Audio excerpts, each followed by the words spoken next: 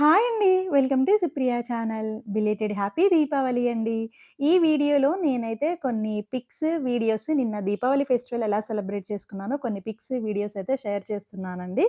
మీరెలా సెలబ్రేట్ చేసుకున్నారో కమెంట్ చేయండి. నచ్చితే లైక్ చేయండి, కమెంట్ చేయండి, సబ్స్క్రైబ్ చేసుకోండి. Thank you. ఇక్కడ నేనైతే పూజ కంప్లీట్ చేసుకొని దీపాలు అన్నీ వెలిగించేసి క్రాకర్స్ అయితే ఒక 2, 3 క్రాకర్స్ అయితే ఇంటి ముందు కాల్చేసి ఆఫీస్‌కి స్టార్ట్ అయిపోదామని చెప్పేసని క్రాకర్స్ కూడా కాలుస్తున్నానండి. ఇక్కడ క్రాకర్స్ కాల్చేసి నెక్స్ట్ ఆఫీస్‌కైతే స్టార్ట్ అయిపోయాం ఇంటి నుంచి. ఆఫీస్‌కి వెళ్ళేసి పూజ అయితే స్టార్ట్ చేశాననమాట.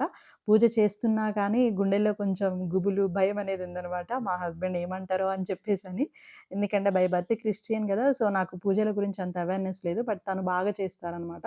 సో, పూజలో కొంచెం అటు ఇటైనా తనకి కొంచెం ఇంకా నచ్చదనమాట. అందుకనే కొద్దిగా భయంతో తన గైడెన్స్‌లో చేశాను.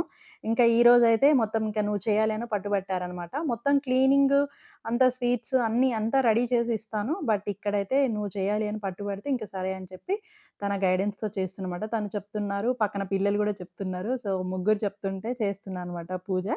ఇంకిక్కడ పూజ అయిపోగానే బయట క్రాకర్స్ కాల్చేసాము. బయట క్రాకర్స్ కాల్చి అక్కడ ఆఫీస్ ముందు క్రాకర్స్ అవి కాల్చేసి మళ్ళీ ఇంటికొచ్చేసామండి. ఇంటికొచ్చేసి మళ్ళీ ఇంటి ముందు సెలబ్రేట్ చేసుకున్నాం గదా! మళ్ళీ ఇంకా గేట్ ముందు గూడా ఇంకా సెలబ్రేట్ చేసుకొని, ఇంక తర్వాత వెళ్ళిపోదామని చెప్పేసని ఇలా సెలబ్రేట్ చేసుకున్నాను. చూడండి, అసలు ఫస్ట్ మనము దీపావళి ఫెస్టివల్ ఎందుకు జరుపుకుంటామండి? చీకటిపై కాంతి, చెడుపై మంచి, అజ్ఞానంపై జ్ఞానం.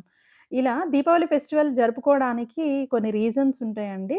అసలు ఫస్టు దీపావళి అంటే దీపాల వరసలని అర్థం అనమాట. మనము ఈ ఫెస్టివల్ ఎందుకు జరుపుకుంటామనంటే 14 ఇయర్స్ తర్వాత వనవాసం చేసిన తర్వాత రాముడు అయోధ్యకి తిరిగి రావడం జరుగుతుందండి.